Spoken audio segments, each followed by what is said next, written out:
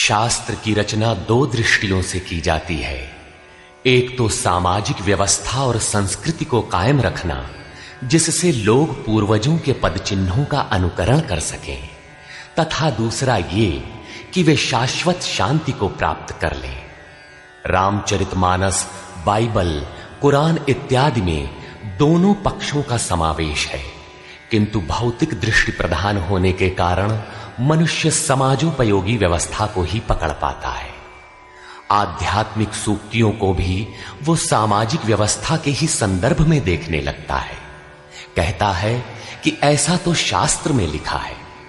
इसीलिए वेद व्यास ने दोनों के लिए एक ही ग्रंथ महाभारत लिखते हुए भी आध्यात्मिक क्रिया का संकलन गीता के रूप में अलग से किया, जिससे कि लोग इस मूल कल्याण पथ में भ्रांति का मिश्रण न कर सके।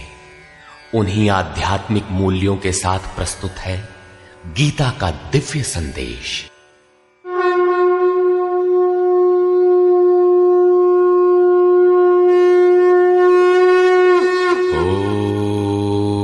ओम श्री परमात्मने नमः। यथार्थ गीता, श्रीमद् भगवत गीता, अथ तृतीयो अध्यायः।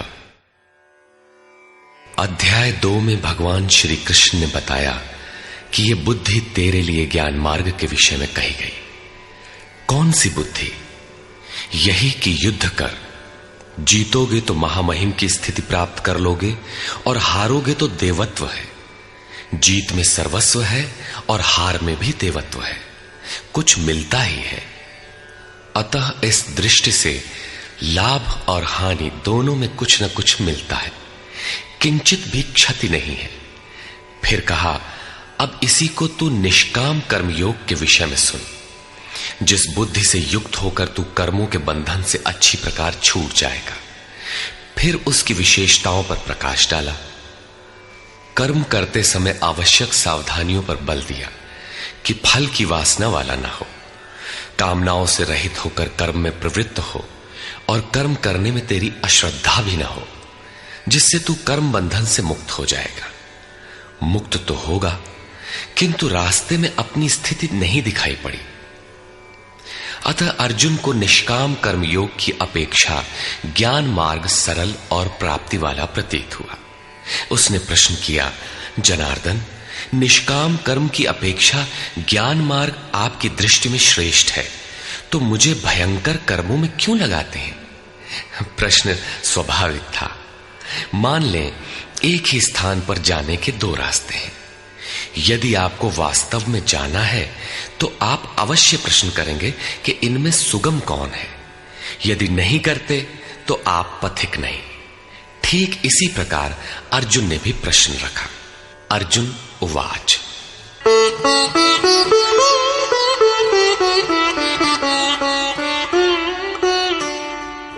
जायसी चेत कर्मणस्ते मता बुद्धिर्जनार्दन तत्किं कर्मणि घोरे मां नियोजयसि केशव।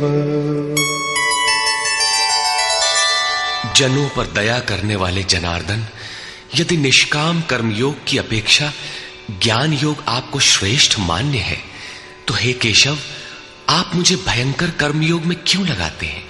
निष्काम कर्मयोग में अर्जुन को भयंकरता दिखाई पड़ी, क्योंकि इसमें कर्म करने में ही तेरा अधिकार है, फल में कभी नहीं। कर्म करने में अश्रद्धा भी ना हो और निरंतर समर्पण के साथ योग पर दृष्टि रखते हुए कर्म में लगा रहे। जबकि ज्ञान मार्ग में हारोगे तो देवत्व है, जीतने पर महामहिम स्थिति है। अपनी लाभ हानि स्वयं देखते हुए आगे बढ़ना है। इस प्रकार अर्जुन को निष्काम कर्मयोग की अपेक्षा ज्ञान योग सरल प्रतीत हुआ। इसलिए उसने निवेदन किया,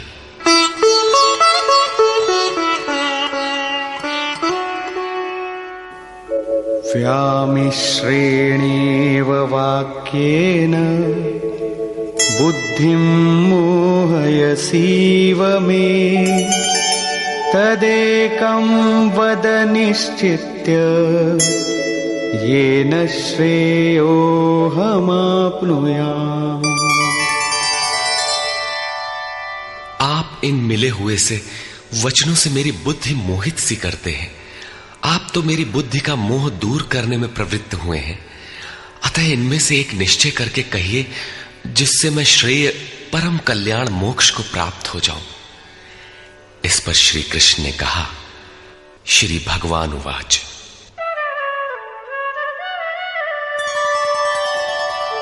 लोकेऽस्मिन् द्विविधा निष्ठा पुरा प्रोक्ता मया नघ। ज्ञानयोगेन सांख्यानां कर्मयोगेन योगिनाम्। निष्पाप अर्जुन, इस संसार में सत्य शोध की दो धाराएं मेरे द्वारा पहले कही गई हैं।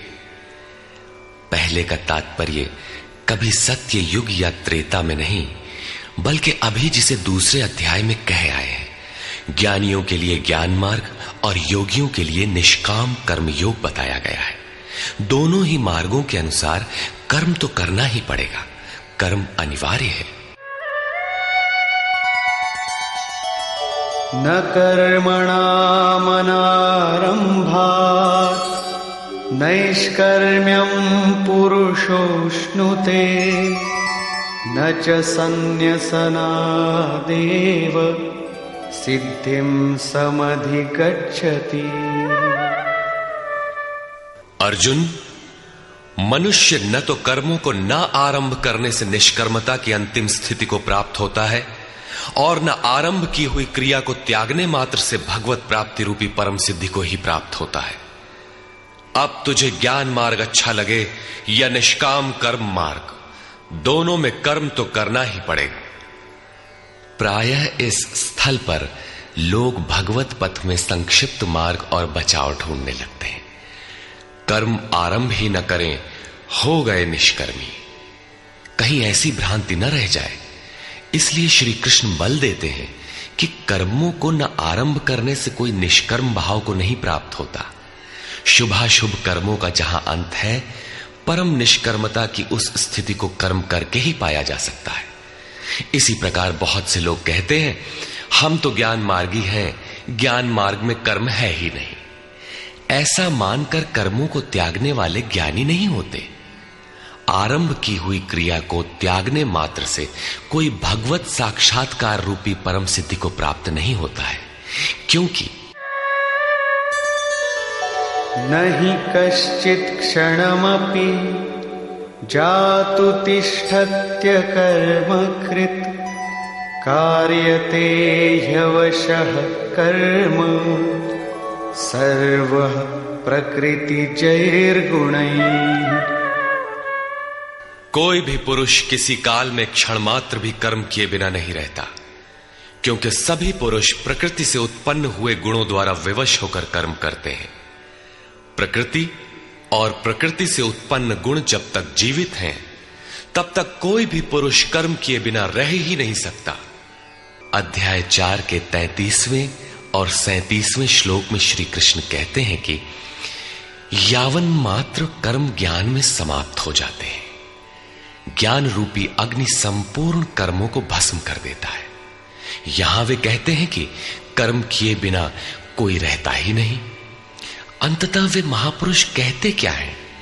उनका आशय है कि यज्ञ करते करते तीनों गुणों से अतीत हो जाने पर मन के विलय और साक्षात्कार के साथ यज्ञ का परिणाम निकल जाने पर कर्म शेष हो जाते हैं।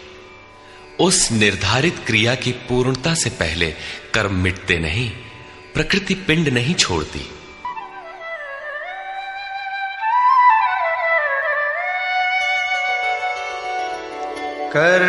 कर्मेन्द्रियाणि संयम्य य आस्ते मनसा स्मरन् इन्द्रियार्थान् विमूढात्